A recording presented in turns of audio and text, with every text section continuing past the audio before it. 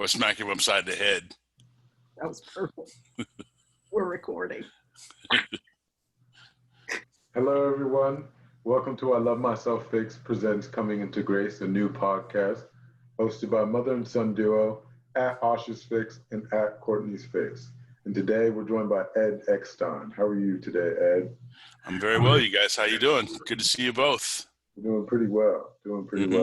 It's been a good day. Indeed. To quote Ice Cube, didn't have to use my AK. Today was a good day. Yeah, today. I didn't have to duck anybody shooting at me with their AK. It was a good day. It's beautiful. It's beautiful. Where are you right now, Ed? Where are you in the United States? Are you? Yeah, I'm in my home in Woodland Hills, California. Okay, it's beautiful. Straight out the 818, San Fernando Valley. Beautiful, beautiful. And how long have you been there? I'm born and raised in the Valley. Okay. Although I've left and, lived and or traveled all over the world. But ultimately, after I finished a corporate gig that I had in New York in the mid-'90s or late '90s, I moved back home to LA. Wow, that's beautiful. LA's always been home. Even when I worked in New York, my contract said I work in New York, but I live in Los Angeles. So I've always been here. Other than high school. Oh, that's beautiful. So you also went to high school here? No, I went to I went to high school, a boarding school in Western Pennsylvania, a place called the Kiski School, about 40 miles west of Pittsburgh. Wow. And all boys, 250 boys, nestled in the mountains of Western PA in a little small coal town called Salzburg, Pennsylvania. Wow. And I was there from 9th grade through 12th grade from 1967 until I graduated in 1971. Wow. Yeah. What was your time like there? What's it like going to school with only boys?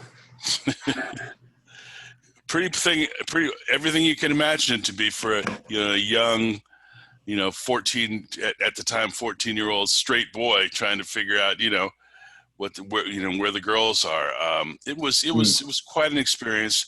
I hated it while I was doing it, but ultimately, having it in the rearview mirror of my life now, I realized it was one of the most beneficial things that ever happened to and for me, in terms of the discipline that was drilled into me in that environment, responsibility, and the intellectual growth that I had, because I was on a path at that time.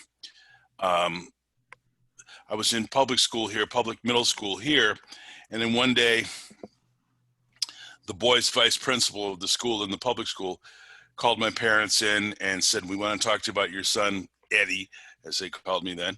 "We want to talk to you about Eddie." And then my parents said, "Okay." And they said, "Well, the good news is he's a really smart kid. The bad news is he knows it." And I was cutting classes and, basically, blowing off the classes and not doing things that I was supposed to do. And my parents decided their remedy for that was they were going to put me in an environment where, because my dad was on the road a lot and my mom was on the road a lot with him.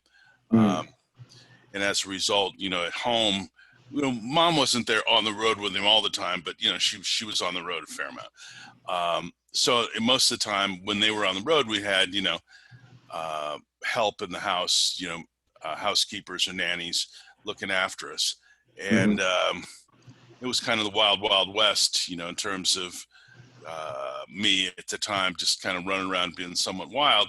So my parents decided their remedy for that situation was they were going to put me in send me away to school, to a boarding school environment.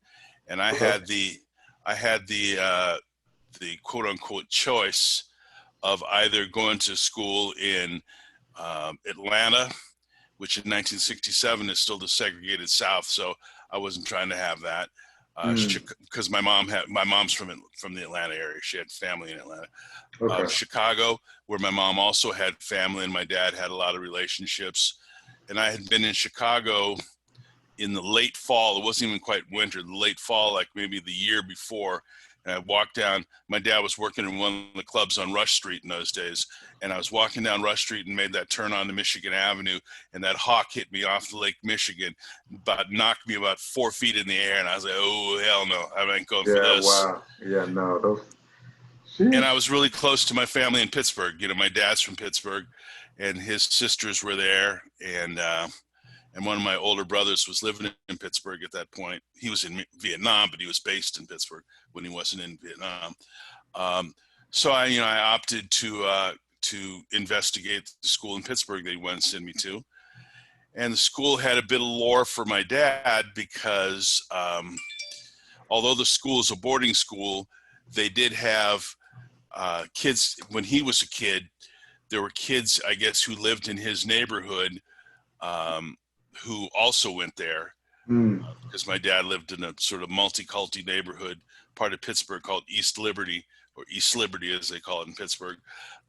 And some of the kids, I guess there were some East Liberty kids or Highland Park kids, part of Pittsburgh, that went to school there then. So Dad said when the Kiski bus would drop some of the kids off, wherever on Friday or Saturday or something, he and his buddies would beat up the kids on the bus just because, they're rich kids.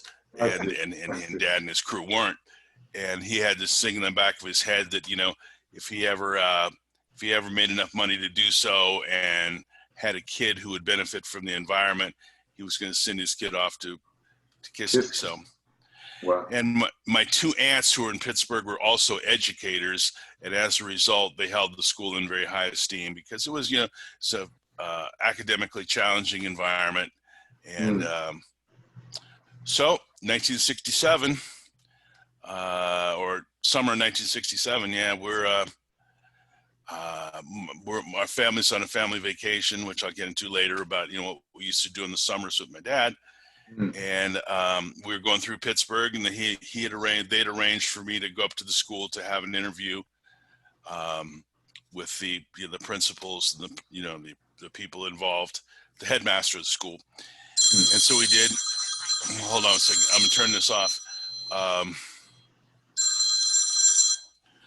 And unbeknownst to me, the fix was already in. So, when we got there, it was just formality, shaking hands and all that stuff. Meanwhile, I watched the headmaster and the other people who were Mr. B fans, going on telling stories about, I saw you for the time you played Pittsburgh in 1949 or whatever, So I was like, I was doomed. So off I went. September 67. I got shipped off to, they made me cut all my hair off. I had a big ass afro. Oh, wow. Made me cut all my hair off. And that was, the school was, it was like I said, it was hell going through it because students, everybody lived on campus. The teachers lived on campus. Oh, wow. You went to school 6 days a week. Half day Wednesday, half day Friday, half day Wednesday, half day Saturday. Okay. Coat and tie to all classes, coat and tie to all meals, mandatory study hall in the evening. Mandatory, you had to play 3 sports a year. So, and you couldn't necessarily leave every weekend. So there was a certain amount of achievement involved in order to get weekends, leave, right. Yeah.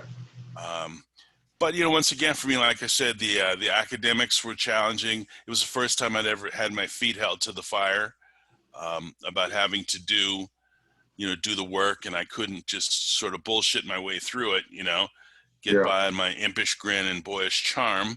The teachers weren't buying that, and that was probably the best thing that ever happened to me in that respect. Got it. I'm sure. And also in terms of life lessons, it was cool because of the fact that my parents were 3,000 miles away, and one of my aunts, my Aunt Aline, my dad's second oldest sister, who I loved very dearly, so much to the point that my daughter Erin's middle name is Aline. Aunt Al, as we called her. Aunt Al, when I would supposedly be going down to Pittsburgh for the weekends, she would always say, just don't do anything that'll get me in trouble with your mom and dad, and we'll be cool. So, I would base at Aunt Al's house, but at the time, I've always been kind of a big kid. You can relate to this, Ash. I've always been kind of a big kid who looked other than sort of having a baby face, who looked older, because I was tall, looked older than I actually was. And I used to use those opportunities to go to different places, because like I said, 1967 through 1971 is at a period of time when a lot of the music that, seminal to on the rock side, because I was a rock dude. I love, I play guitar. And a lot of the rock bands that, we now know as legends were doing their first tours of America in those days. Like the Zeppelin and people like that, the Who. So I would get an opportunity to go to other cities, because I had friends at Kiski whose families were either in Cleveland or in Detroit and other places.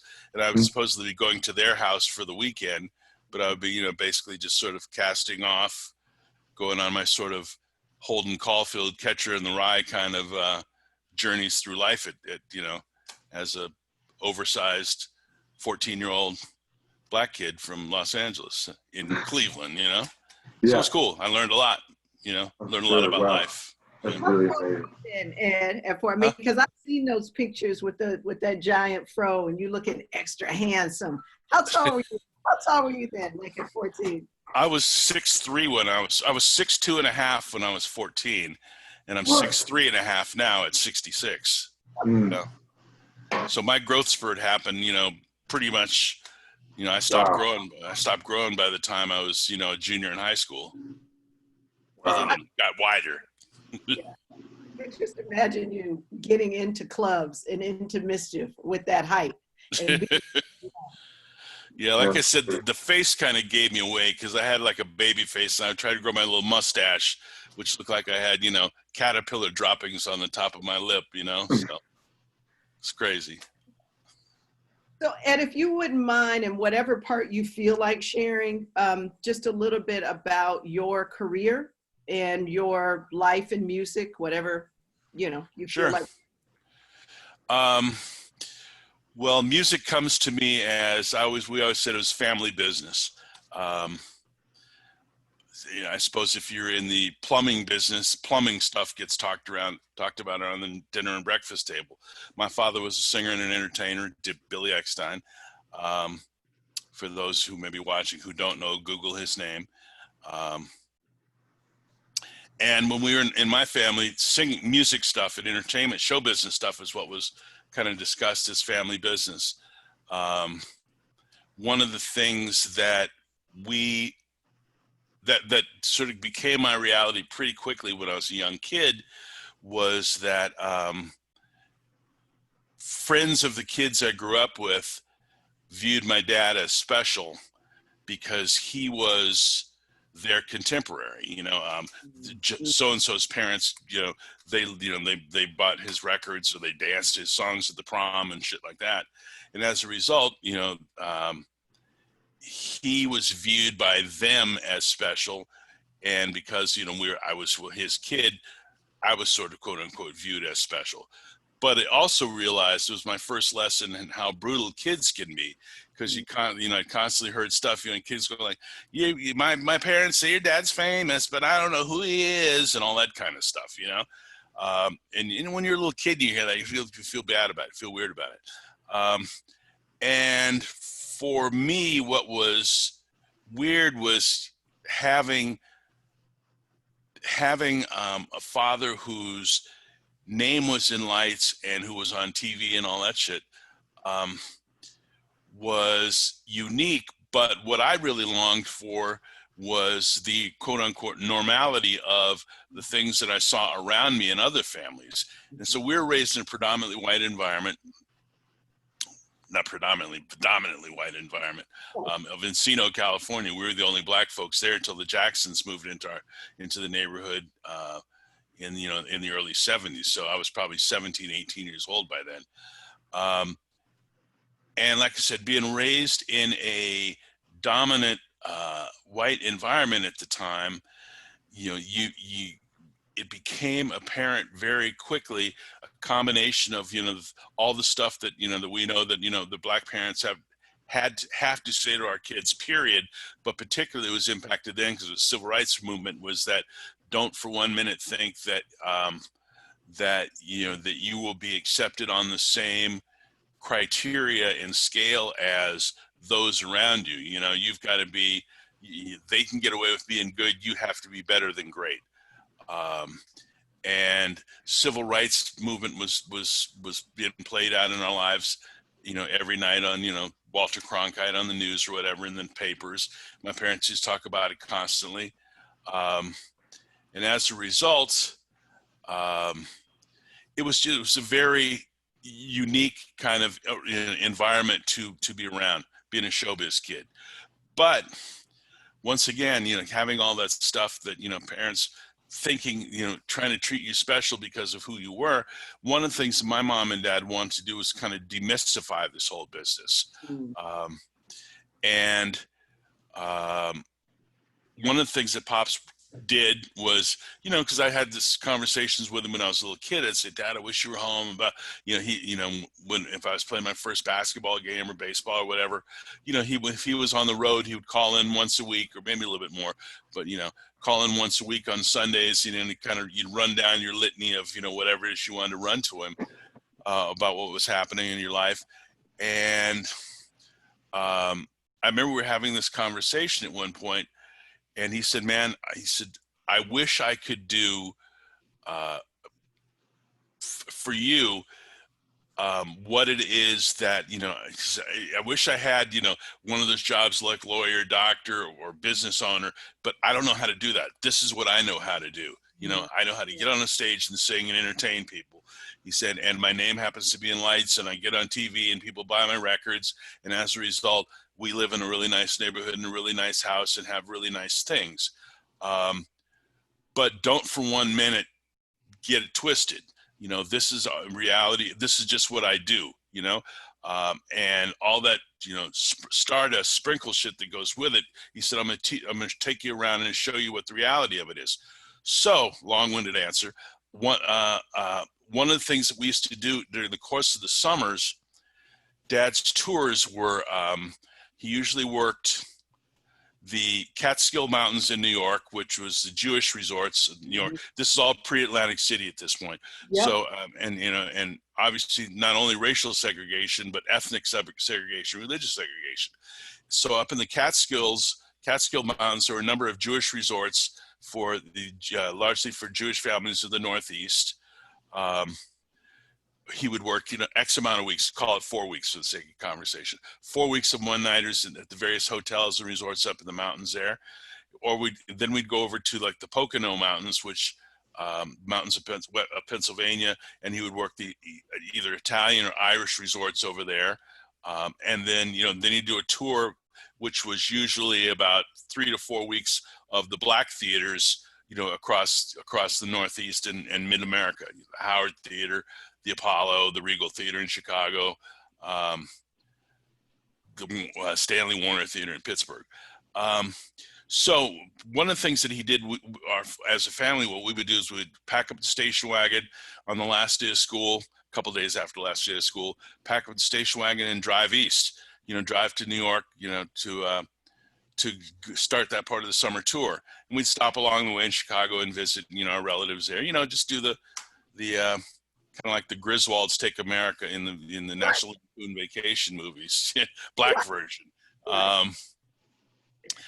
And my brothers and I, my older brothers were basically on the tail end of it at this moment, because my older brothers are 10, 8, and 7 years older than I am. So they were either about to join the Army or were getting ready to go away to school. But one of the things that Dad had us do was we all had gigs with the touring retinue. And one of the, you know, sort of the first gig was making sure that, you know, he never wore the same thing in the same city twice. So when he would come off the stage, he'd basically just take his tuxedo off or his suit or whatever, leave it on the floor. It was, you know, your job to pick it up and stick it in one laundry bag, and his valet would make sure it was going to the cleaners the next day. And so that was year one. Year two, which became, you know, really a lesson in everything I kind of learned about the music business. Year two was putting the music on the stands and doing it in an organized fashion, because he had an accompanist, a guy named Bobby Tucker. Tuck was with him for 45 years. Tuck taught us how to, you know, put the music on the stands. And you can well imagine if you put the third trombone player's part in the first trumpet player's chair, that's going to be a problem when the show starts. So and as a kid, you're like, whatever, just put it out there, learn pretty quickly at the first rehearsal when you do it wrong and Pops grabs you by the ear and says, boy, Yeah. you're about to mess with my money here. Learn how that works. And then year 3, the gig was being a greeter. Because in those days, in those clubs, mountains and stuff, after he'd come off stage, maybe 20 minutes after he came off stage, he'd come out front and sign autographs or whatever and, take pictures with the people. And so you'd have on your little suit being sharp and whatever, come walk out and say, my dad will be out in about 10 minutes, and you'd see the look on people's face, oh my goodness, that's his son, and you do all that. So you sort of learn how to be, you learn the game, learn the PR of the game, that, because we learned pretty quickly in our lives that the role of the fans in our lives, because the fact that he was on the road so much, my dad was on the road basically upwards of 40 weeks a year, that whenever he was home and we would go out in mass as a family, invariably, if we were somewhere there, people wanted to come up and, hey, Mr. B, blah, blah, blah, and they want to tell some story about it. Man, I saw you in 1947 in Peoria, Illinois, blah, blah, blah, blah. And he would always indulge it, but there comes a certain point where you'd have to give him that look like, dude, can't you see I'm sitting here with my family? And then that dude would invariably keep going on. And then Pops would have to make a decision whether he was going to cross that line or not, which is basically, get the hell out of here, dude. Can't you see I'm trying to eat? Yeah. But we learned as kids that even though the indulgences were in fact indulgences and interruptions, but to basically kind of smile and, navigate your way through the situation. Oh, nice to meet you, sir. That kind of stuff, right. How to be young gentlemen and be respectful of those. Because my mom and dad taught us, so you got to understand these are the people who buy dad's concert tickets and buy this, and, they're the ones who help, drive our life. So, that we're beholden to his audience. And, I learned that, and then, obviously there are times my dad could be a bit salty about it. And my mom would end up having to be kind of the mediator and, I'm not taking it, I'm not take it easy, and sign the man's autograph, But, that aspect of the music business, I learned a lot in those days. And also I realized I wanted to be behind the scenes in the music business. I had an interest, apparently. My parents tell me that that there was a story that one night, I must have been about 2 years old, they were having a party. We were living in Hollywood then. It was while our house in Encino was being built. We were living in Hollywood then, and my parents were having a party, and there was all kinds of folks were there, musicians, entertainers. I think it was around the time that Charlie Parker got out of Camarillo rehab facility, and Dad was there having a party, for the West Coast jazz community and friends of people. Billie Holiday was there, a bunch of different people, celebrating, Bird being out and just, welcome to my crib kind of stuff. And that they had put me to bed, and I guess I crawled out of the bed, and, I was upstairs, and, and you have the things, yeah, exactly. Yeah, just standing looking out over, from where what are those things called? I know what you're talking about. The slats in between. And they said they're down there partying. And all of a sudden, they had this kind of an awareness that somebody was watching them, and they're all of a sudden, all these adults started looking up, and my little face was like glued to the thing, looking down at what was going on. And they said they knew at that point I was like a night owl. I was always kind of driven to. I'd hear the music, I'd hear the partying going on. I was like, how can I be down? And they're like, man, put your little butt back in the bed. So, I guess I was driven to certain aspects of it because my dad had a very close friend, a guy named Mike Gould, who was what was called in those days a song plugger. They worked for publishing companies, and different writers would write songs that, that the head of the publishing company would want to get to my dad to record. And Mike was his man who worked for the publishing company.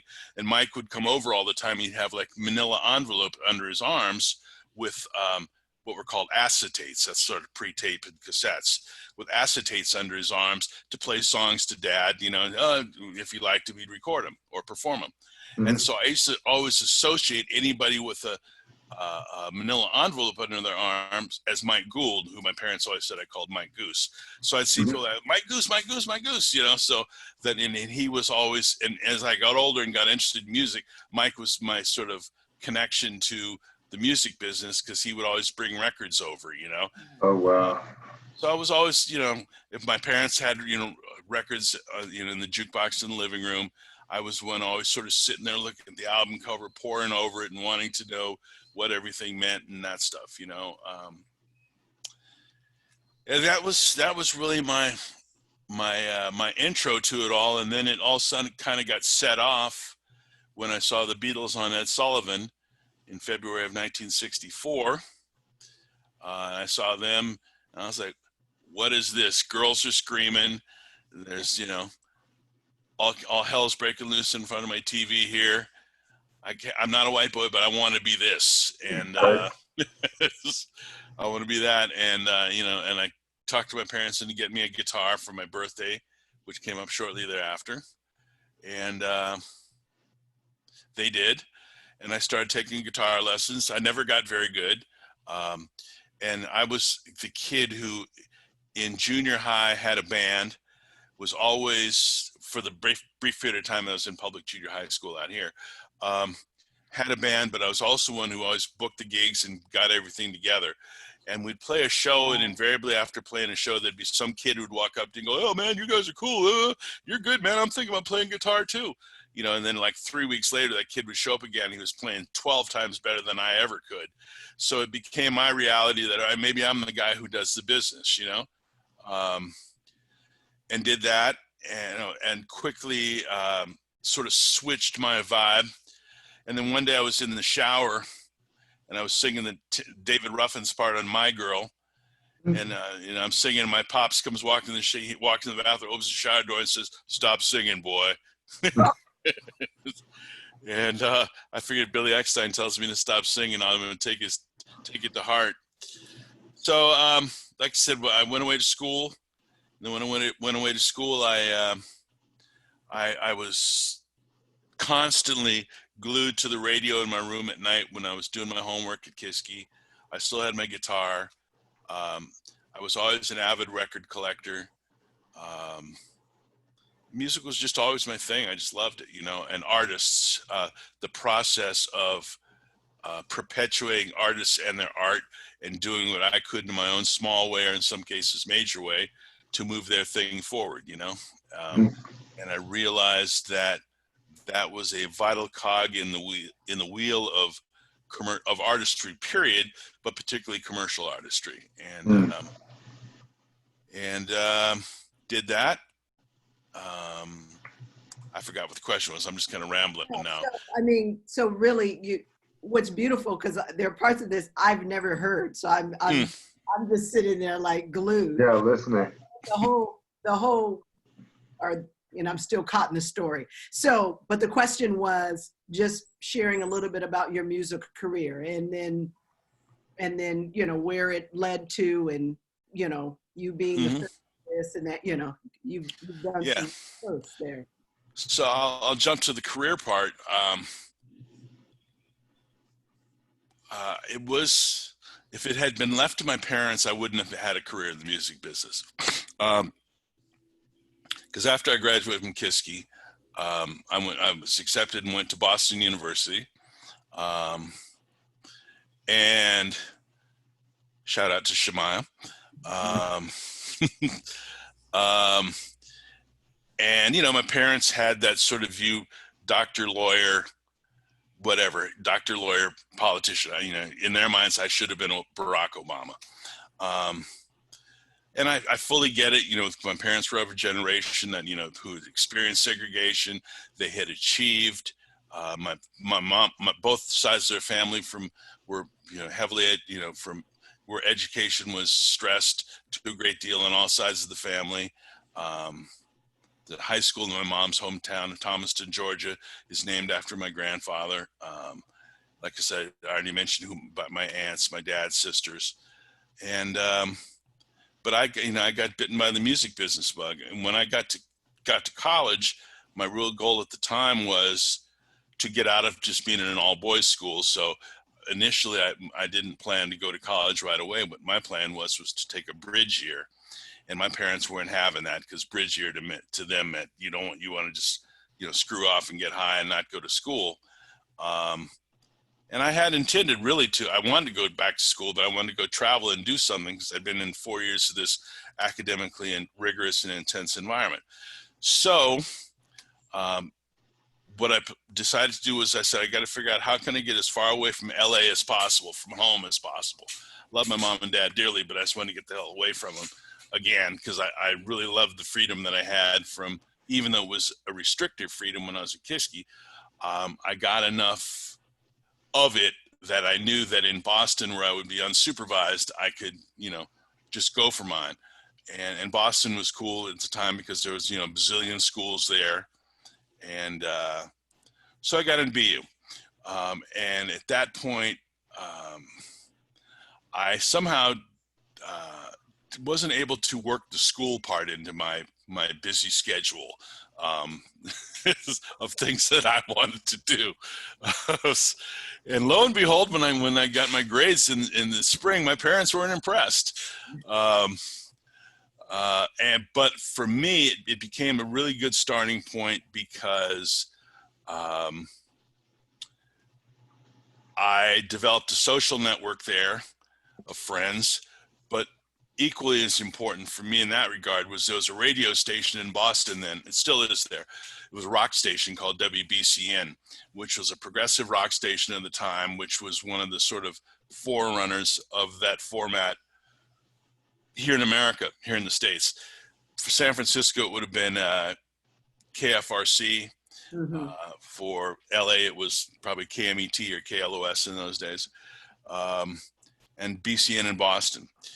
And I used to listen to it religiously and go see shows, and because all the bands were coming through Boston in those days, because so many kids were there. I remember seeing Miles Davis do his Bitches Brew set in Boston, Grateful Dead shows, Allman Brothers Band shows, Al Green shows, just a number of things.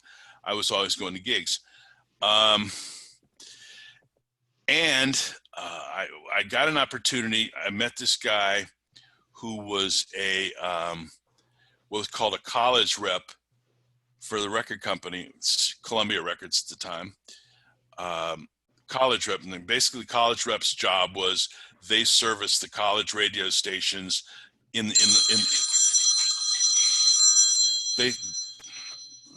hold on a sec. Pause me a sec. Okay. Dude. Yeah, so there's this dude who was doing college promotion for Columbia Records at the time, CBS Records it was called in those days. And their jobs were to make sure that their college radio stations were adequately serviced on the label's product. And if there was an artist coming to town and the focus of the promotion and marketing efforts were a college community, it was that everything was properly serviced. Well, this guy who did it, who was my friend at that time, liked to party a bit, and he would get tore up and blow the gig, not show up at certain times, not do things he was supposed to do. But I used to tag along with him in lieu of going to classes. I used to tag along to various functions, of what he was doing and all that stuff. So I kind of learned his gig. I knew the ropes, and as a result, I kind of knew the people, because part of the get down of the business in those days is you get in the room, you figure out, you learn who the people are, and make sure they know you. By the time you leave that room, that was your currency, which you traded with. The old hey man factor. And for me at those times, there weren't a lot of black dudes walking around in some of those environments, and particularly guys who were like 6'3" with big crazy afros, and so I kind of stood out a bit. And as a result, I learned some of the ropes of what my man was supposed to do. So there was a particular gig at one time, this one day, that an act that they had that was a priority for the label at that particular point was an act that was called Kenny Loggins with Jim Messina sitting in. And ultimately, people knew the act as Loggins and Messina. But I was aware of Jim Messina because he had been a part of an LA rock band called Buffalo Springfield that I was a big fan of. And this was he'd been a part of a band called Poco too, and LA band. And this was his first foray post that. And Loggins was a songwriter who had begun to make a bit of a name for himself in LA. And the man that I mentioned earlier, Mike Gould, worked for the publishing company that had signed Kenny as a songwriter. So I was aware of who he was, who they were, and I was like curious to see the band. So they were coming into town to do a promotion gig for their first album, for the very first album, and they were doing some tour dates, and they're going to do a couple of radio shows, live radio concerts. So my man calls me up because he'd gotten too baked the night before and drunk or whatever, and said, "Dude, I got to go pick these guys up at the airport. I'm too high. I can't, can you cover for me?" So yeah, sure. So I got a car. They had a car for me to take me out to the airport. Went out to the airport and met everybody and shook hands and did all the stuff I had to do and took them on their rounds that day. And that was the proverbial first lick of sin, as they say, So I was like, oh yeah, I want to do this. This is cool. So and they were playing a series of gigs with Billy Preston actually, up and down up and down the Boston area, and the guitar and bass player in Billy Preston's band in those days, George and Louis Johnson, the brothers Johnson, two guys I ended up working with when I finally got a career. So it's weird how stuff, serendipity. But anyway, that was my first foray in, and after, like I said, after my parents were dutifully unimpressed with my grades when they came out in the spring, decision was made, not mine but theirs, that I wasn't going back to Boston. And that it was best for me. I was going to get a job and then apply to school in LA, and I applied to USC, and I got into SC. And I started working at a gas station in the Valley, pumping gas. And then one of the things that I started doing was, because I was always a pretty good writer.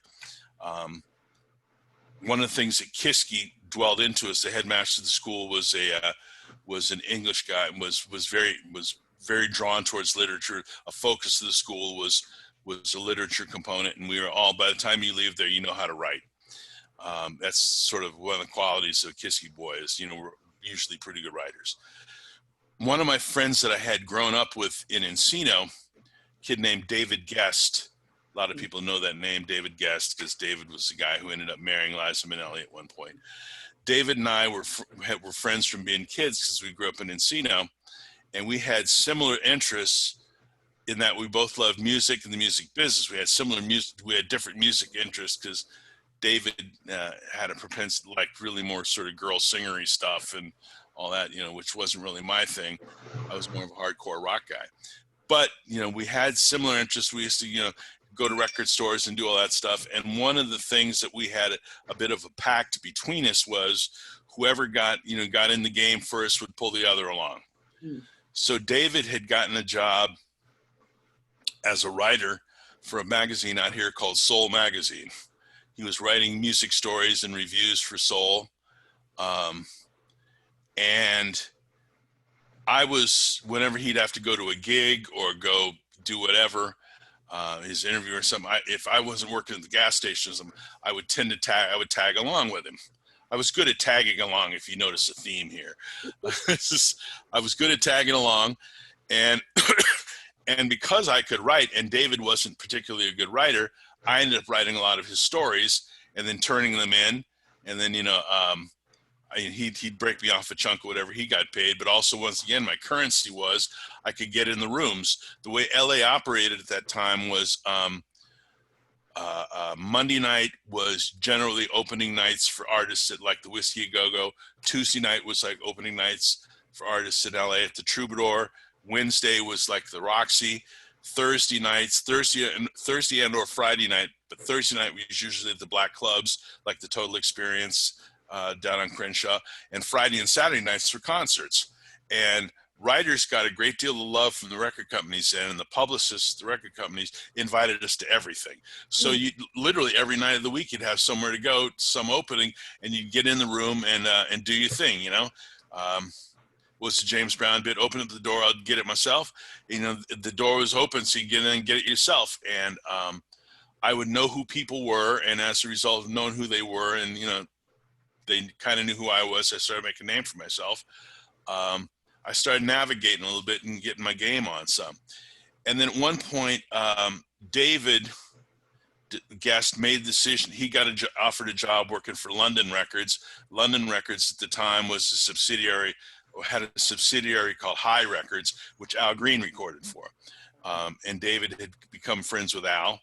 And David took a job to doing West Coast publicity for them. And he walked into the editor at Soul and said, I'm getting ready to leave to go take this job, blah, blah, blah, blah. Oh, David, don't leave. We like your writing. You're writing. We love your writing. And he said, well, if you love my writing so much, meet the guy who's been writing all my stories, you know? And so I walked in, yeah, it's me. Here I am, you know? It's like the masked singer or something, the masked writer. So I got hired to begin writing stories for them. It's funny, on a sidebar, we were laughing the other day. Erin, my daughter, as you know, did Wendy send you the essay she wrote recently? Yes. That got published? Yeah. Yes. Yeah. So that's her first foray into published writing. She got paid $200 for it. My first foray into public writing was this cover thing I had to write for Soul, which was 3,000 words. I got paid $37.42 for. So, how the game has changed. But anyway, yeah, so I started writing for Soul.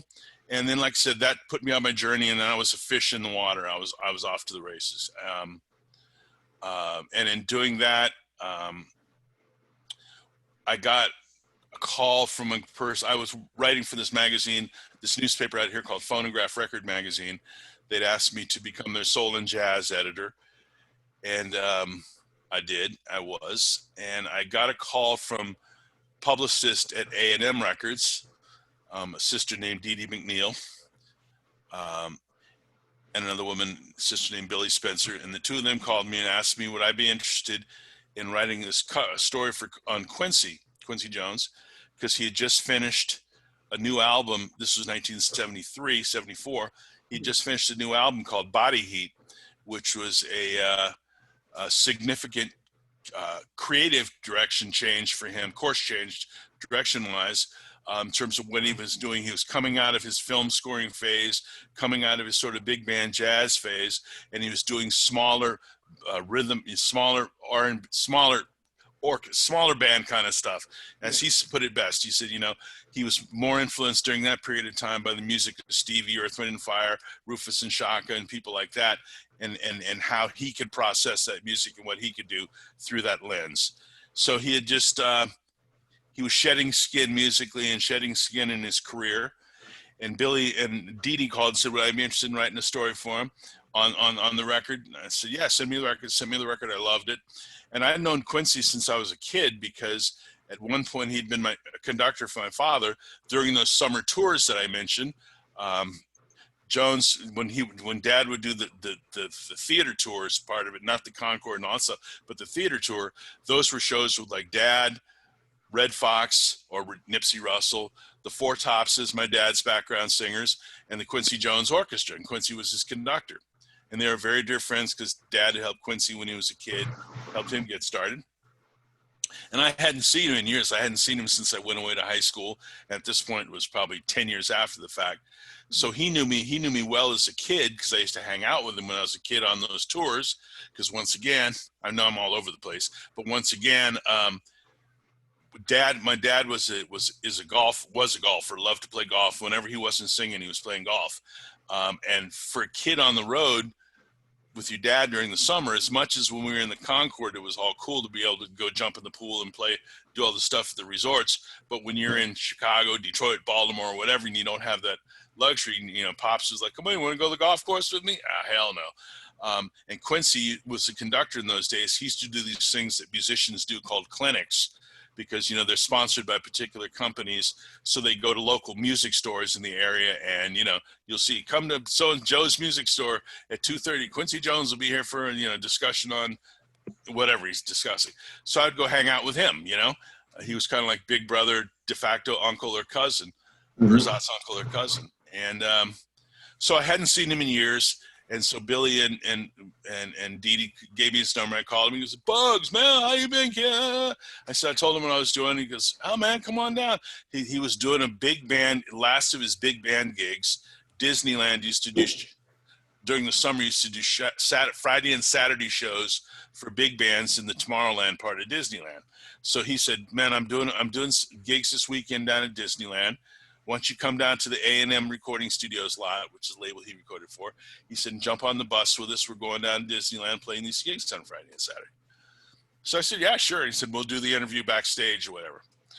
So I get on the bus on the Friday night, and all the guys in the bus are musicians who were had either been members of like Duke Ellington's orchestra or Count Basie's band, or they knew, they were part of Quincy's things, various bands, but they're all out here on the West Coast because many of them were the musicians in the Tonight Show Orchestra or the Merv Griffin Orchestra or the Dinah Shore Show Orchestra.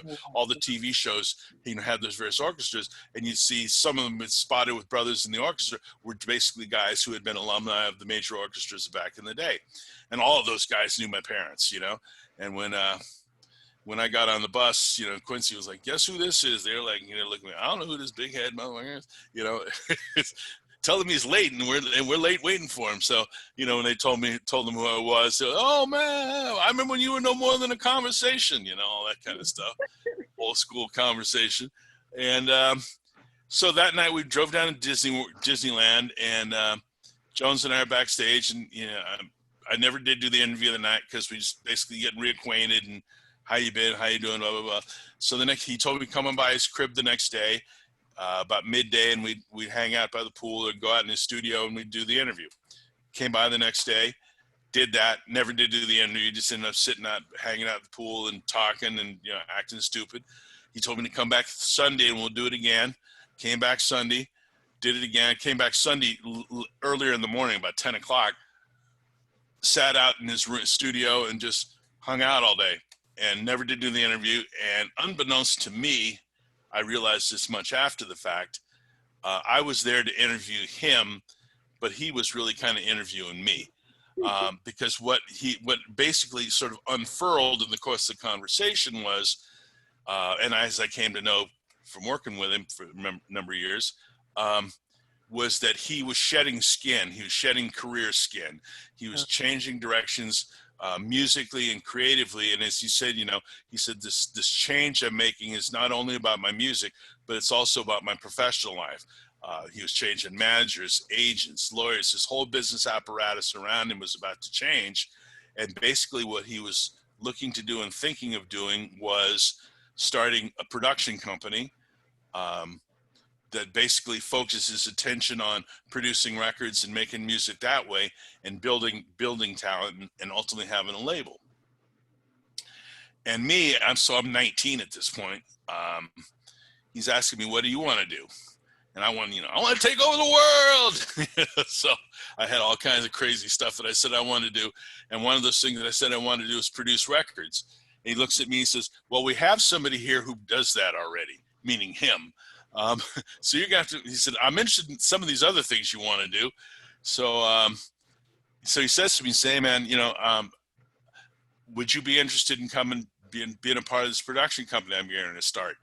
So here I was working at a gas station for $3.37 an hour, pumping Arco gas into people's cars and getting paid, 15 cents a line for a story at Soul Magazine. Yeah, sure. So, I was living in Santa Monica at that point, and then he said, "Be at the office on Monday." So that Monday morning, I got up and hitchhiked from 10th Street in Wilshire in Santa Monica to Sunset and La Brea in Hollywood. I started hitchhiking to work, hitchhiking to and fro every day for about 3 weeks. And he realized, he said, "Dude, you don't have a car, do you?" And I said, "Nope." So he bought me a car, or leased me a car, and basically just kind of turned me loose. Greatest thing that ever happened to me in that respect, because I got to learn at the knee of a master, but he gave me the latitude to make mistakes and grow. Because in any other environment with some of the stupid shit that I did along the way, I would have been bounced out of there in any corporate environment, But he basically said, man, look, he said, you're a smart guy, be perceptive enough to realize that if you make a mistake, don't do it again, what it is you did wrong. He said, keep your ears wide open, listen as much as possible, and just watch what happens. You've got good innate abilities, go. And then pretty much the mantra was, he'll make the music and I'll make the noise. I became initially the sort of glorified publicist, marketing promotion guy, artist development guy, mouthpiece / managery. I was that guy. And then when we started the company, it was he and I, and basically 2 assistants. And when I left, it was he and I and about 25 assistants and in other departments, and and a boatload of Quincy Jones, Michael Jackson, George Benson, Brothers Johnson, Rufus Shaka records, and on and on and on from there. So it's cool. Wow. And I went in. I forget my title. I went in as publicist. I left as executive vice president and general manager, and I was there from June of 1973 till September of 1974. 1984. I'm sorry. You did it all in 1 year? Yeah, 1973, 1984. Yep. What, so I'm going to ask you just 2 more. What, out of all that you've touched, and I know that you're proud of your family, so I'm going to move them to the side. Mm-hmm. I'm not going to let you get that one. No free ones here, huh? No. What are you most proud of about yourself through all that you've touched? Most proud about myself, I would say that, and it's an ever-evolving situation, because during my run, as I said, college, and then through my early days in the Quincy part of the music business, and then, ultimately things I did after I left Quincy, along the way there, I developed a pretty hefty and somewhat and ultimately unhealthy addiction to certain substances. As Robin Williams so eloquently put it at one point, cocaine was the occupational hazard of the music business in the 1970s. Someone else once said, drugs are God's way of telling you make too much money. My blow thing, I stopped doing blow. I did blow for about 7-8 years. I stopped that. I cold turkey that in 1984, but right after I stopped working for Quincy.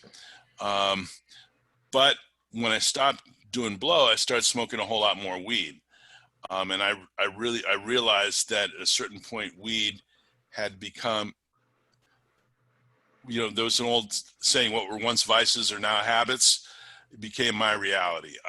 So when you ask me what I'm most proud of, is that I'm on the verge of becoming 10 years sober. I never was really much of a drinker, but I was just a weed head, so I've put that behind me. I'm proud that I was able to get on the other side of that, and through the grace of higher power and the tenets of the 12-step programs that I'm a part of, which is Marijuana Anonymous, I'm able to be of service to people in my community who found themselves, in a similar plight, So, I'm most proud of the fact that I was able to seek the help of those who could help me, and I can in turn pass that on. And then on a professional level, I've just really enjoyed, working with virtually every artist that I've had the opportunity to work with.